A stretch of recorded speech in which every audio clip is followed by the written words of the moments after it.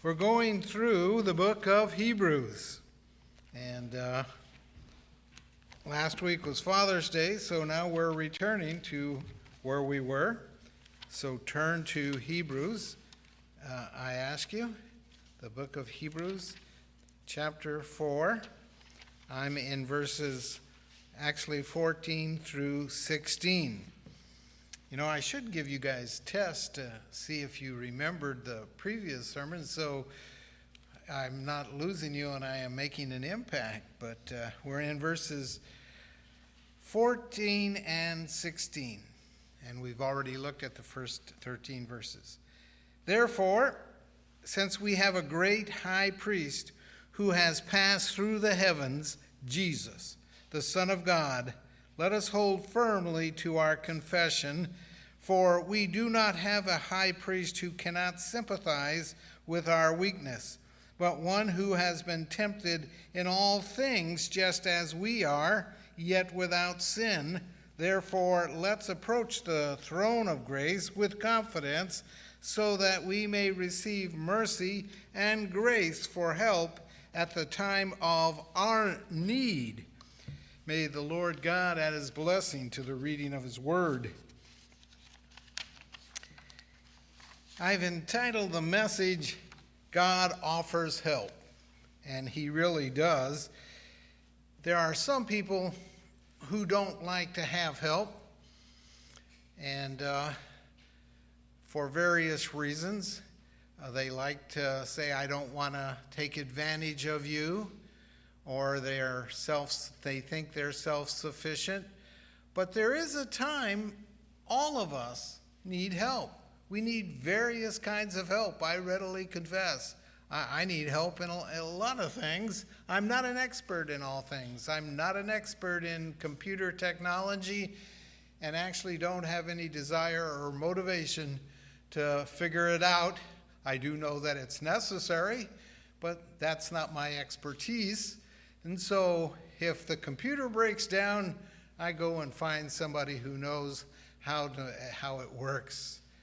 When I have a medical problem, I go to a doctor.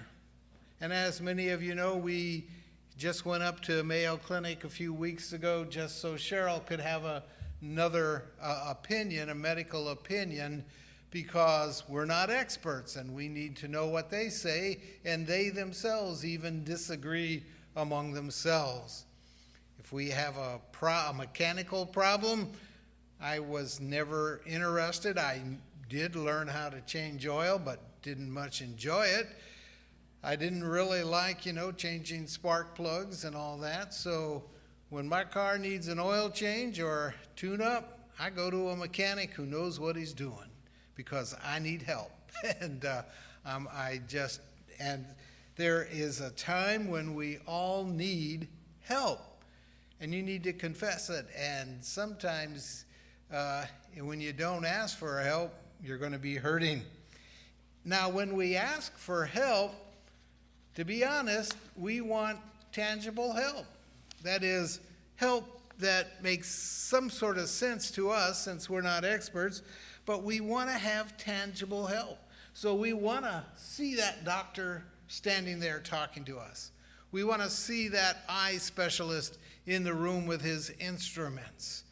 We want to see that attorney there with his books on his shelves, because he knows the law. We want to see them. And it's kind of difficult sometimes, like that old cartoon, when the guy is out there on the cliff hanging on to the branch, and he's looking up to heaven and says, "Is there anybody up there who can help me?" And the voice says, "Yes, I'm here. Let go and I'll catch you." And he's holding on to that branch still, and he's looking up there and he's saying, "Is there anybody else up there who can help me?" Because, we want to see that person who is helping us. We want something tangible. And God sometimes says, you got to take me on faith. I've told you I am there. I'm going to help you. I am there. Just trust in me. And refusing to have faith is sometimes foolishness. And refusing to ask for God's help is not a sign of strength. It's obviously a sign of weakness. And so we need to know that. And God says he's there to help us. In fact, in the book of Hebrews 2:18, it says, "For since he himself was tempted in that which he has suffered, he is able to come to the aid of those who are tempted." And actually what we need to focus on is that phrase, able to come to the aid. Literally, it means come to the cry. Jesus, when we cry to him and say, "Lord, I'm at the end of my rope. I know who you are. I believe. Come and help me." And he will. God does not deny those who come in faith the help they need. Now, sometimes he may give us help and assistance that we don't particularly want, but he does not leave you helpless. And when we ask God for help, there's some things we need to know that he is competent and he is the only one. That is, God is competent. And the Bible tells us that there's all kinds of religions all over the world, have been since the dawn of time, because people know that they need help from God, but they want to do it on their own terms. And God tried to spell that out to them in the Old Testament and in the New Testament. And he's trying to say, I am the one to help you. And he has told us that he is, in this passage, the great high priest. Now, when I mention priest, most of us, to be honest, we think of a Roman Catholic priest. We think of a person who wears a backward collar, black suit, and works for the man in Rome there. But in a sense, that's not what the Bible means by priest or high priest or great high priest in the sense, because there have been a lot of high priests. Historically, you can study them if that's your interest.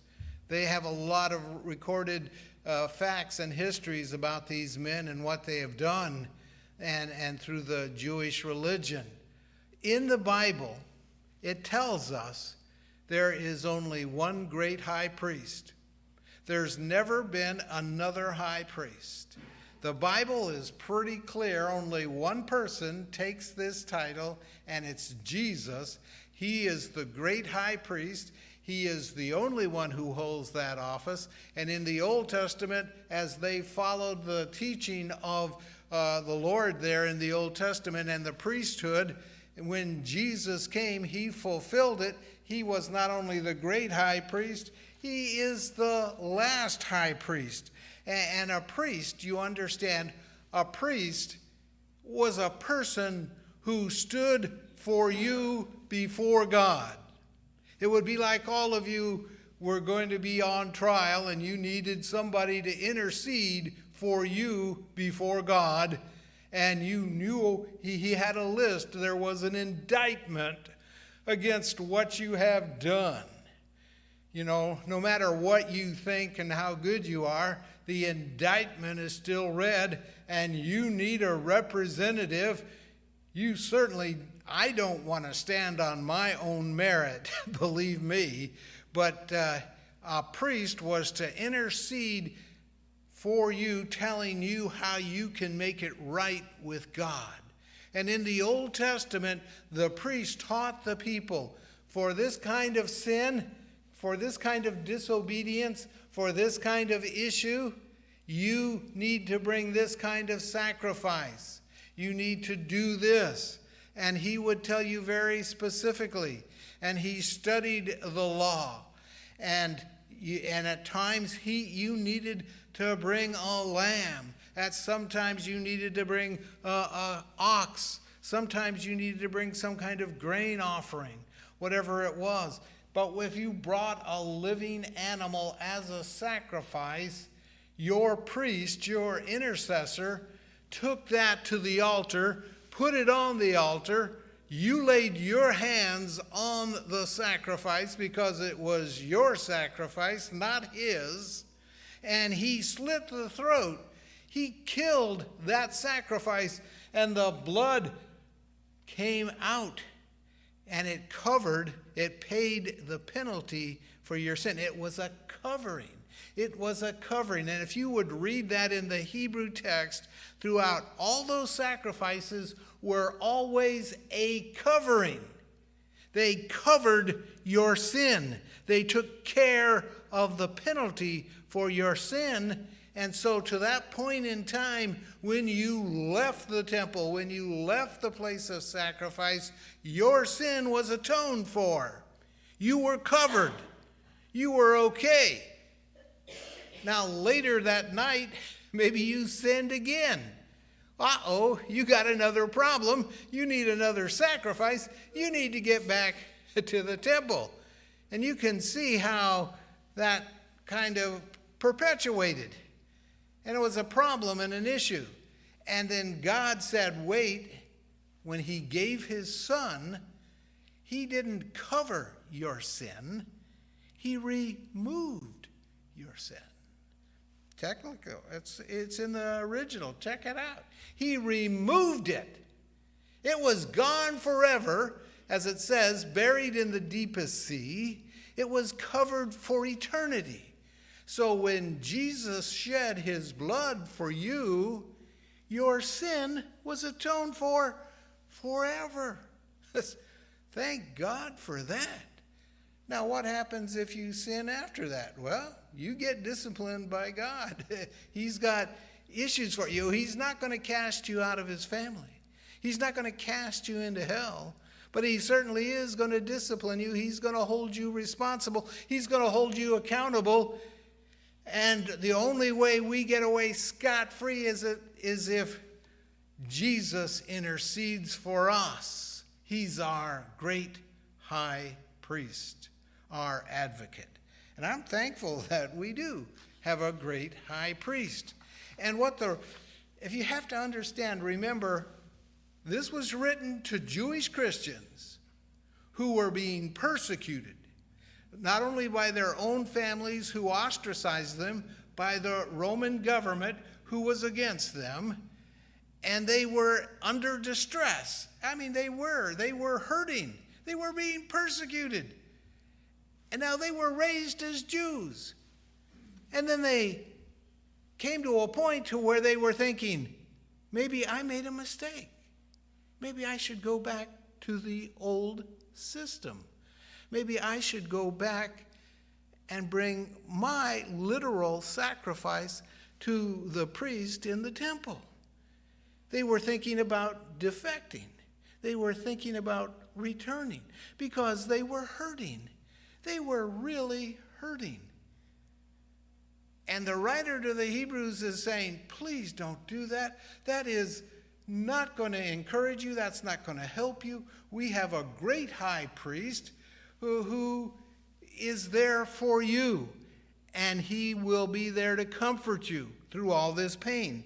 Because he never says that Jesus will remove you from all difficult circumstances down here and pain. He just says he'll be with you to go through them all. And he intercedes for you before God the Father. Do you need an intercessor? I bet you do. I guarantee you do.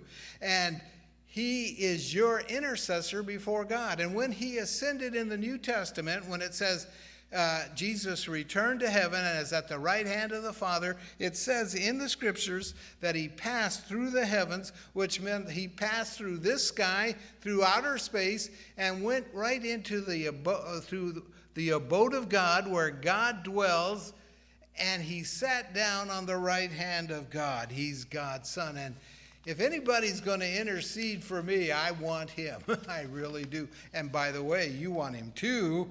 At least you should. So he is competent, qualified. He is the only one. So don't defect. Don't think about doing something else. And what else it says? It says it is continuous.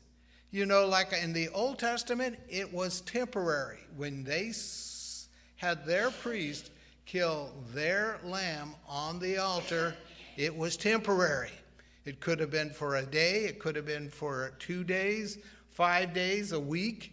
But you were going to sin again, and it was temporary, and you needed it again. When Jesus died and ministers for us, it is continuous. It's not temporary. You don't need to return, in a sense, and start over again. It's God takes care of it. And it says that right there in the scripture. And so he gives an exhortation there saying, hold fast. Hold fast. Hold fast to your confession. Don't return. Don't think you got to go back to the old system. Hold fast. It is continuous. And when he says hold fast to your confession, how did you become a Christian? Each one of us, if we are truly a Christian, we made a confession with our lips, with our tongue, with our mind and our heart, and we said, yes, what God said is true, what God said his son did is true, and what God says I need is true. And although I haven't literally seen Jesus with my eyes, in my heart, I see him and what he has done, and I confess it. And Jesus is the Son of God. I truly believe it. That's your confession. That's all of our confession. Because none of us have literally seen Jesus. We will, but we have not yet. But by faith, we hold fast. I'm not going to defect even when things in this life get bad. And for some of you, you've probably been through bad times and through heartaches. Some of you have buried loved ones. Some of you have gone through difficult situations and medical problems and emotional problems. And so it not only says that Jesus is continuous, it says that he is compassionate. The word in the original is sympathize, meaning that Jesus can sympathize, not can, does sympathize with you. Because when you go through a heartache, when you actually just go through life, Jesus identifies with you. Because he took a body upon himself, flesh and blood, and he lived in this world just like we live in this world. And in fact, what he had to endure was probably far greater than any kind of pain we would ever have to endure. It says he did that so he could suffer with us. I mean, that's the word sympathize. It means to suffer with another. So when you have a friend who is suffering, you have a friend who lost their husband to cancer, you have a friend who lost his wife unexpectedly in a car crash. You know a young mother whose child was accidentally killed in some kind of unusual accident, maybe even shot down in a classroom because there was some person with a deranged mind, and they are hurting, they are grieving, and it says Jesus sympathizes with that person, that individual. I want somebody who can sympathize. And to sympathize means to understand, who can actually say, I've been there. I know what you're going through.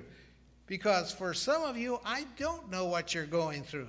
For some of you who have lost a spouse, I empathize with you and I know it's painful. I cannot identify because, praise God for me, my spouse is still alive. But some of you, have lost a spouse, and you can identify with that kind of pain and that kind of hurt and that kind of loneliness. Jesus says he knows it, and he is there for you. Now, some people like to say God doesn't identify with us or can't sympathize with us. Yes, he does. If you're a Muslim, you are to be grieved the most because your God has no sympathy. Do you understand that? If you are of the Muslim religion, their God is uncaring, does not care. He is He does things as he wishes. He's arbitrary. He may be in a good mood. He may be in a bad mood. But their whole teaching is that God does what he wants and he don't really care about what you're going through. In fact, I mean, that is sad. When I think of that, if anybody with half a brain will, you read about that and say, why in the world would somebody take comfort in that kind of religion? Why would somebody strap a bomb to their chest and try and go and blow up infidels with that kind of God?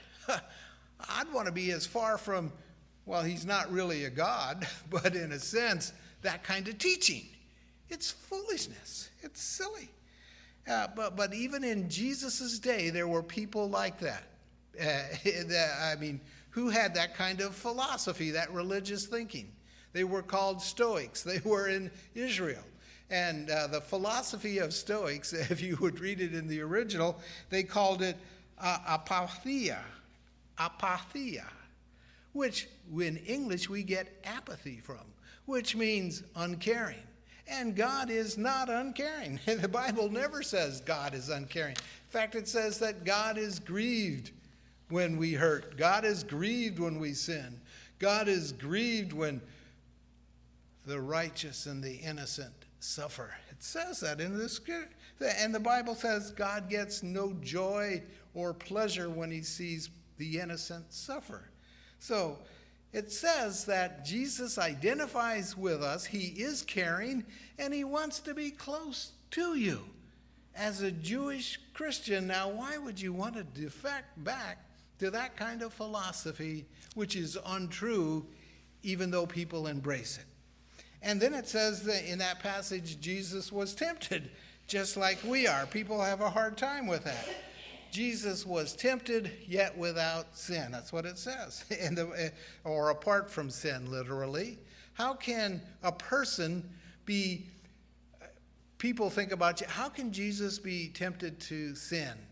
Because a lot of us, and I don't know, men or women, some of us, we are tempted in our minds. I am thinking bad things. All right. I am thinking about adultery. I am thinking about robbing a bank. I am thinking about stealing. A lot of our temptations come that way. And it says Jesus was tempted in all ways as we are. Well, temptation isn't only from within. Yeah, it's from within when you have a sin nature. But temptation is from without. You know what? Temptation is from without.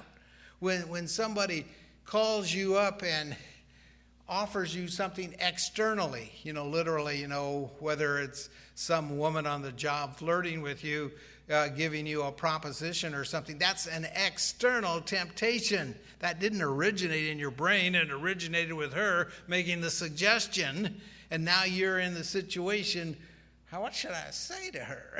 And the point is, your temptation source is external. And the point is, when it says Jesus was tempted in all points, in all categories, it means externally. Doesn't mean he was thinking about it. It means he was propositioned. Somebody said, hey, we can cut corners financially. So some people says maybe we can bend the truth a little. You can think of it. Even the devil took him out into the wilderness to tempt him. That was all external. And Jesus gave not one iota to the temptation. He defeated every temptation with the Word of God. Now, when it says Jesus was tempted, it means externally. And it means that he didn't give in to any kind of solicitation. And so we are thankful. But he understands when we are. And when, and that's, and if you're tempted, which in that context, to go back to Judaism, they're saying, well, Jesus can identify with that. Because, not only he was beaten and mocked and ridiculed and even ostracized by some of his friends and family. He hurt. But he did not give in to any of that temptation. He identifies with your pain. So remember, Jesus is there for you, and he is competent, he is continuous, and he is compassionate. Now, it says there, you get to go to Jesus in your time of need and ask him for help. Now, there are some people, and they call themselves Christians, and only God knows if they're Christians, but they come up with this kind of teaching which is so attractive but so unbiblical. It means that if you want something and you ask God for it, he has to give it to you. You ever heard that? I mean, you can see it on TV probably even now as I'm preaching. There's somebody saying that because it's attractive. You want something and you're a believer, go to God and you tell him, Lord, you need to give me this. I want this. And if you have to bug him a little bit, you can bug him a little bit, but he will give it to you. That's a lie. Jesus does not promise to give you everything you want, because some of the things you want might be harmful for you. Do you know that? Some of the things that you want could actually harm you. When my kids were growing up, well, let's use something we can really relate to. Juvenile diabetes. That's a real sickness. That's a real problem. And especially for kids who have it and have to live with it. And they have to monitor what they eat and their insulin level constantly. And the mom has to do that, and the father, somebody, because that's a serious disease. And the kid comes up to the mom and says, I want a Hershey's chocolate bar. I want it. My friends are eating it, and I want it too. And they start banging it, I want my Hershey's bar. Oh, just get the kid to shut up. I'm going to give him a Hershey's bar because that's what he wants. Well, that's what it means. If you ask long enough, you're going to give that kid with diabetes a chocolate bar, which could probably maybe kill him, just to shut him up. Well, that's that kind of reasoning with that thinking. That's what they're saying is, go to God, and God says, no, I can't give it to you because it's like giving a chocolate bar to a child with diabetes. He's not going to give you everything you need. In fact, the Bible actually says sometimes he's going to give you things that you don't want, but they're for your good and for your benefit, and you should take them. And so when it says we have confidence to speak to God, it means this. It means, yeah, God hears everything you say and ask for. Because as a Christian, God says to us, you can tell him and ask him anything. Anything. Anything. It doesn't mean he's going to give you everything. My kids probably asked for things I couldn't give them. Your kids did too. And some things they asked for that I can't give them because I just don't have that resource. But the whole point is the Bible is saying to all of us, what's the greatest thing we know? In a relationship with God, you can unload anything on him. You don't have to withhold. Sometimes, even husbands and wives, they don't tell each other their deepest secrets.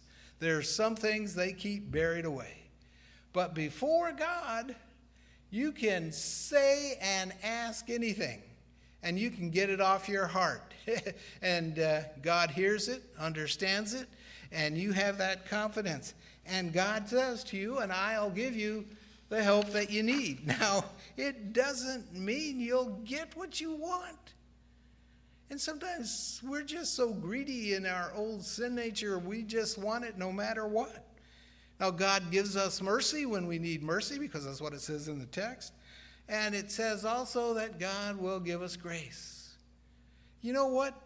The Apostle Paul, who wrote a whole lot under the inspiration of the Lord, Spirit, the New Testament, he wrote this because he went to Jesus 3 times. Now, we don't know what his thorn in the flesh was, but the Apostle Paul had a thorn in the flesh. Scholars, some of them think he had bad vision. Some of them think he had recurring malaria. Other people think he had other health issues. We don't know what they were. I could tell you what the thorn in the flesh was, but then, well, I can. My wife's not here, and I'm sure she will not watch this video. Paul had a thorn in the flesh. He was obviously married. Now, that was a joke. That was a joke.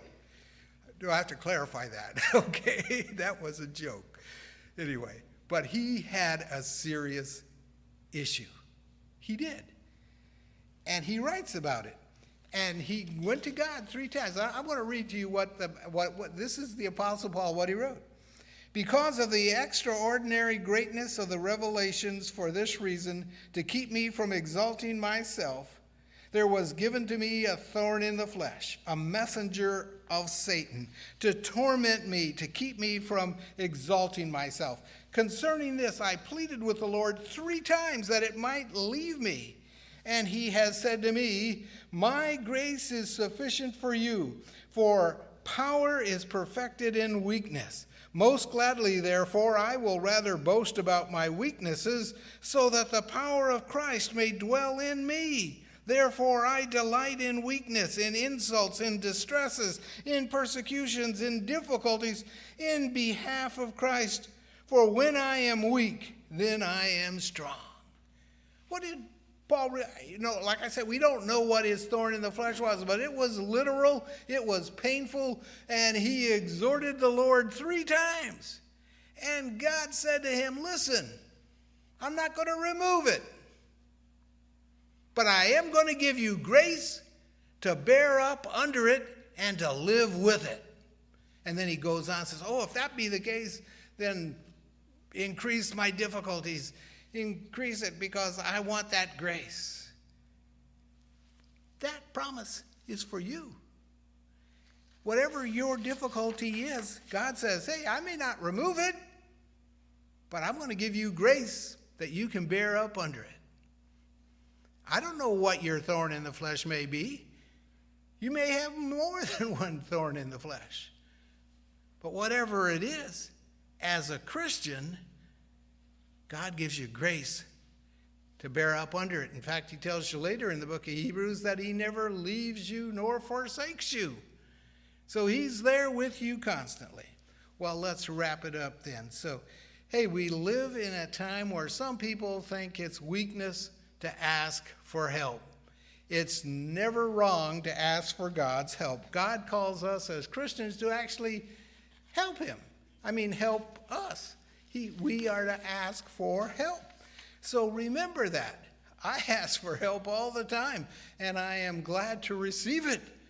Oh, God, help me, because I am not self-sufficient. So remember, and I'm going to stress this is an application, this is a principle for you. A willingness to ask God for help is not a sign of weakness, but wisdom. It's important. I'm going to say it again. A willingness to ask God for help is not a sign of weakness, but wisdom. Second application, God understands your pain. God sympathizes with your pain. God knows what you're going through. God knows what you're going through. He does. He knows what I'm going through. He knows everything, and he is there for you. And as I mentioned before, he doesn't thirdly promise always to change the circumstance.